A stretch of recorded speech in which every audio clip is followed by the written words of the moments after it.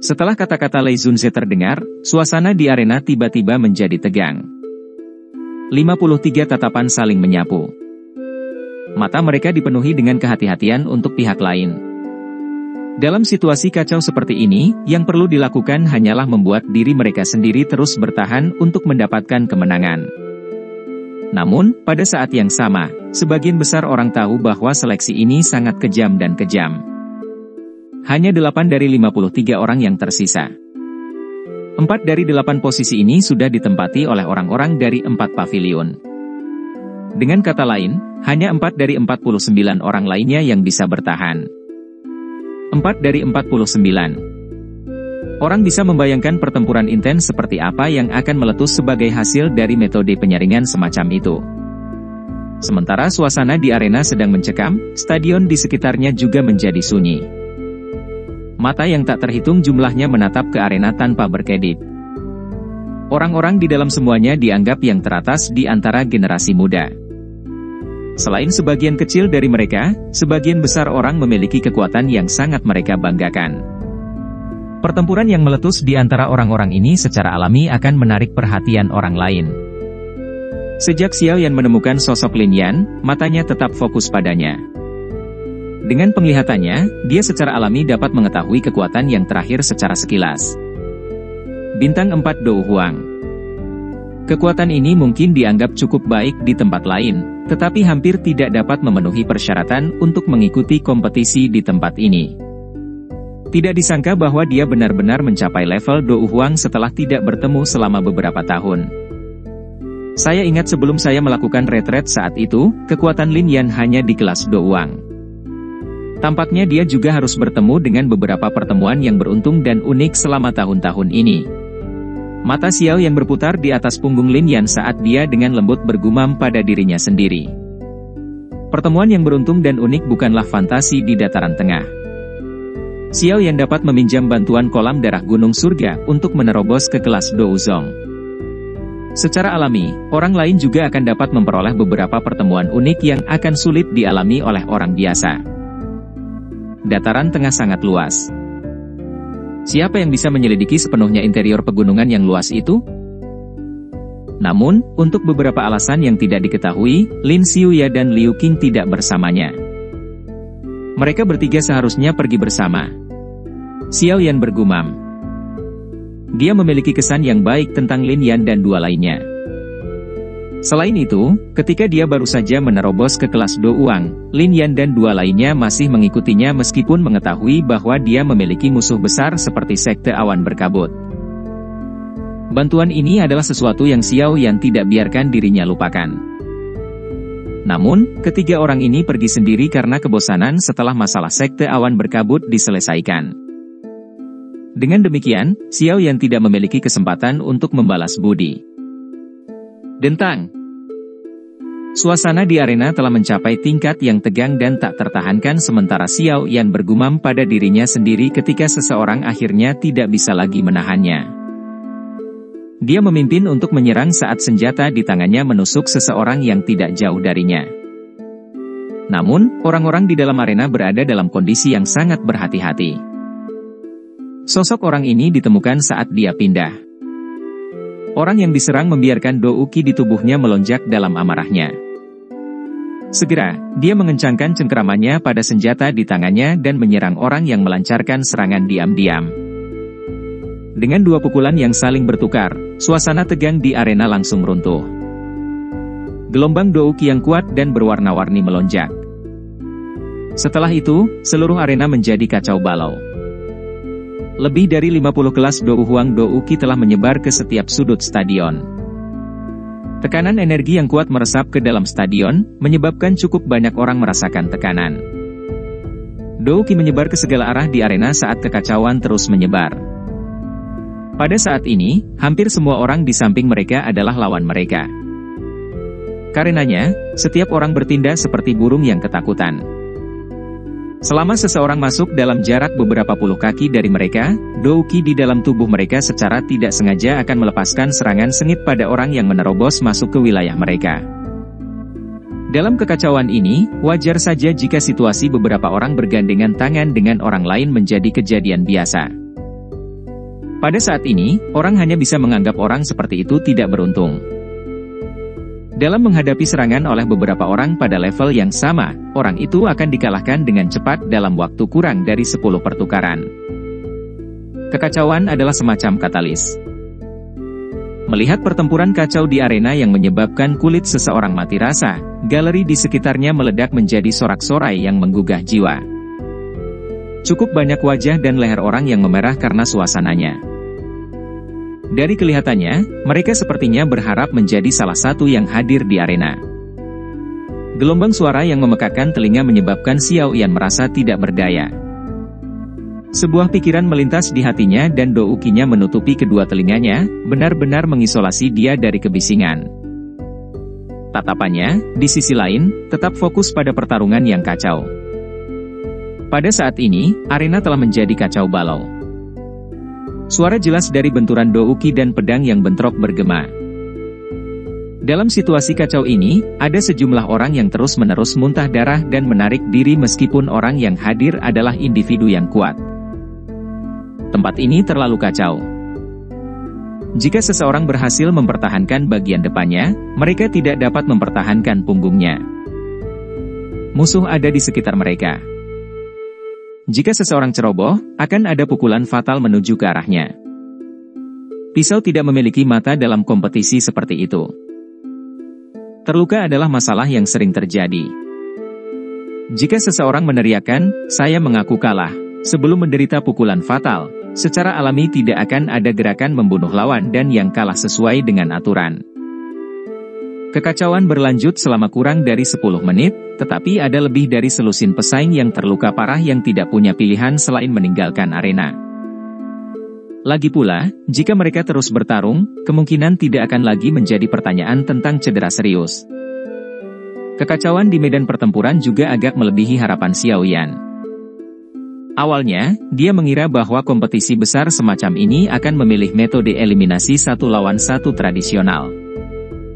Tanpa diduga, ia terpaksa melakukan eliminasi gado-gado ini, karenanya, tidak hanya seseorang akan membutuhkan kemampuan, tetapi seseorang juga membutuhkan sejumlah keberuntungan. Lagi pula, bahkan seorang pahlawan akan jatuh setelah kalah jumlah.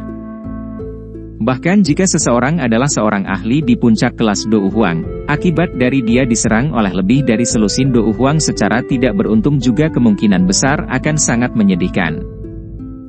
Tentu saja, orang yang benar-benar melebihi harapan Xiao Yan adalah Lin Yan.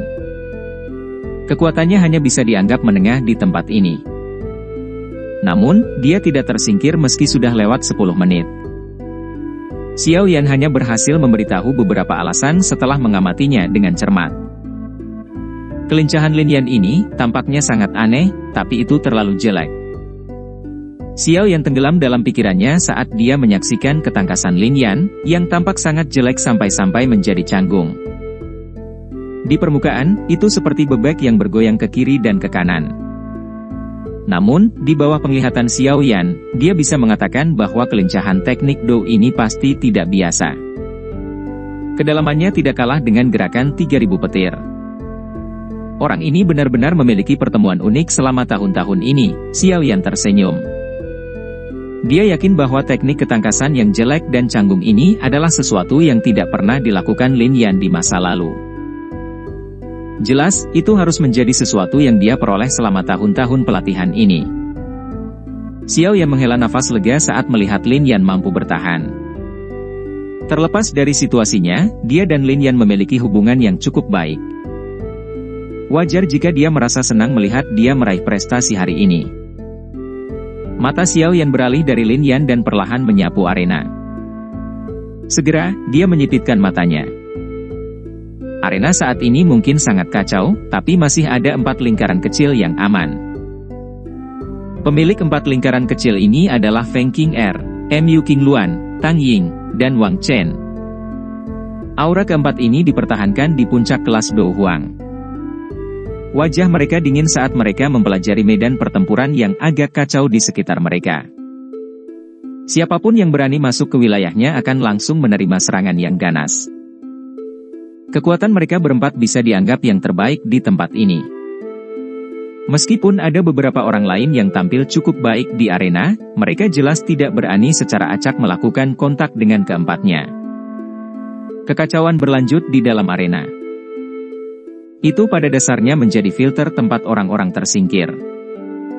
Mereka yang tersisa dengan cepat menjadi semakin sedikit. Menyusul pengurangan jumlah yang cepat, kekacauan di dalam arena secara bertahap berkurang, terutama jika hanya ada 11 orang yang tersisa di arena. Arena yang kacau segera menjadi sangat sunyi. 11 orang tersebar di semua tempat. Saat mereka terengah-engah, mereka juga mengawasi satu sama lain dengan hati-hati. Xiao Yan berseri-seri saat matanya menyapu arena dan menemukan bahwa Lin Yan ada di antara mereka. Namun, orang terlemah di dalam arena juga adalah dia. Selain Feng Qing'er dan 3 lainnya, sebagian besar yang tersisa adalah ahli bintang 7 atau 8 bintang. Tentu saja, alasan dia bisa bertahan sampai sekarang terutama karena kelincahan dou skill-nya yang aneh. Menjadi unik, secara alami lebih mudah bagi Lin Yan untuk menarik perhatian orang lain. Ini adalah pertama kalinya dalam begitu banyak pertemuan besar 4 pavilion di mana seseorang mampu bertahan sampai sekarang hanya dengan kekuatan bintang Dou Huang. Tentu saja, keberuntungan seperti itu secara alami tidak akan terus menemani Lin Yan.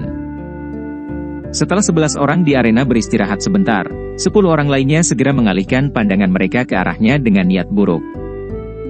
Seorang pria berpakaian merah di antara mereka, yang telah mencapai kekuatan bintang Dou Huang 8, menginjak tanah. Tubuhnya melesat lurus ke arah Lin Yan seperti anak panah. Melihat bahwa dia telah menarik perhatian Dou Huang bintang 8, ekspresi Lin Yan tanpa sadar berubah. Kelincahan aneh itu dilepaskan saat dia menghindari serangan ganas yang datang. Di saat yang sama, langkah kakinya juga mundur dengan cepat. Pria berpakaian merah itu tertawa dingin setelah usahanya yang sia-sia. Pisau besar di tangannya ditarik sampai banyak bayangan muncul. Tubuhnya bergerak dan dengan cepat mengejar seperti belatung di tulang seseorang. Cahaya pisau tajam di tangannya memaksa Lin Yan untuk mundur. Xiao Yan sudah berdiri di atas kayu perak. Matanya menyipit saat dia melihat Lin Yan, yang nyaris kabur dari waktu ke waktu. Dia tidak akan melihat Lin Yan mati karena pedang orang lain. Jika sampai pada titik kritis, dia secara alami akan campur tangan dan menyelamatkannya. Tapi, sepertinya ada yang salah. Mata Xiao Yan dengan tegas menatap kedua tempat, yang satu mengejar dan yang lainnya melarikan diri. Alisnya tiba-tiba menjadi satu. Pria berpakaian merah itu memiliki beberapa peluang untuk melukai Lin Yan sebelumnya, tetapi dia tidak menyerang. Dari kelihatannya, sepertinya dia dengan sengaja mengejar Lin Yan. Mata Xiao Yan mengerut saat dia merenung sedikit. Segera, tatapannya berhenti pada seorang pria berjubah kuning dengan wajah dingin yang paling dekat dengan Lin Yan. Orang ini tidak asing dengan Xiao Yan karena dia adalah Wang Chen dari pavilion musim semi kuning. Pada saat ini, dia seperti ular berbisa saat dia melihat Lin Yan mendekati wilayahnya. Sudut mulutnya menunjukkan tampilan yang menyeramkan. Orang itu berencana memaksa Lin Yan ke dalam jangkauan serangan Wang Chen. Hati Xiao Yan menjadi dingin. Orang ini sangat kejam. Dia sedang berpikir untuk menggunakan orang lain untuk melakukan perbuatan kotornya. Tepat ketika Xiao Yan telah menemukan niat pria berpakaian merah itu, Lin Yan, yang dengan cepat mundur, akhirnya mengambil langkah ke dalam jangkauan serangan Wang Chen. Rasa dingin melonjak ke hati Lin Yan saat kakinya melangkah ke dalam jangkauan. Segera, dia melihat pria berpakaian merah di depannya tersenyum sinis saat dia dengan cepat mundur.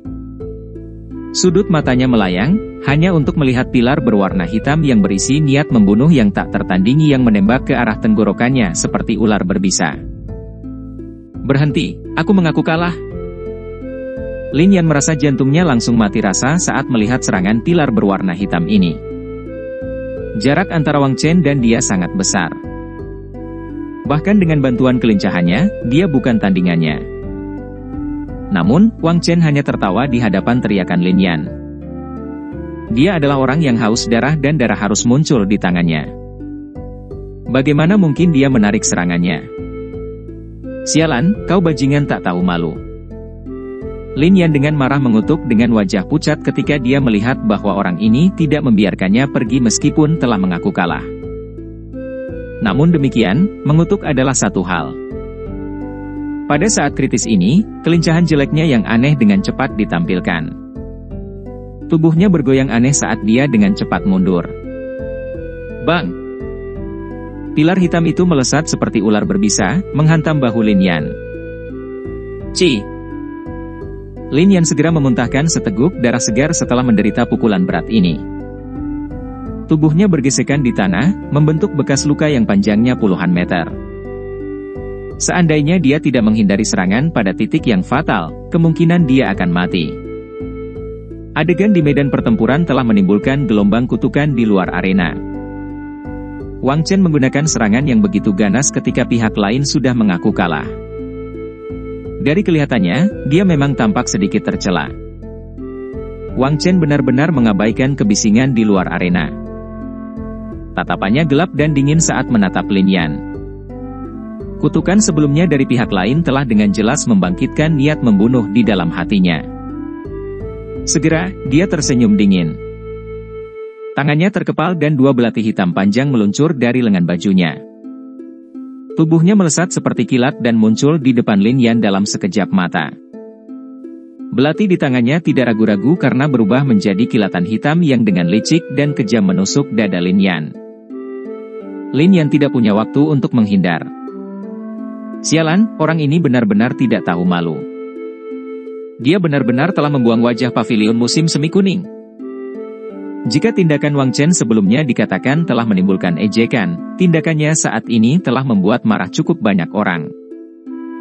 Segera, banyak kutukan keras dipancarkan dari segala arah. Banyak kutukan tampaknya hanya menyebabkan senyum di wajah Wang Chen menjadi lebih dingin. Namun, tindakan tangannya tidak sedikit pun melambat.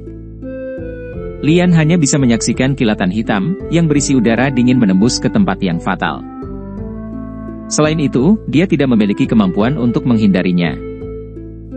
Apakah saya akan mati di sini? Gumaman lembut terdengar di hati Lin Yan.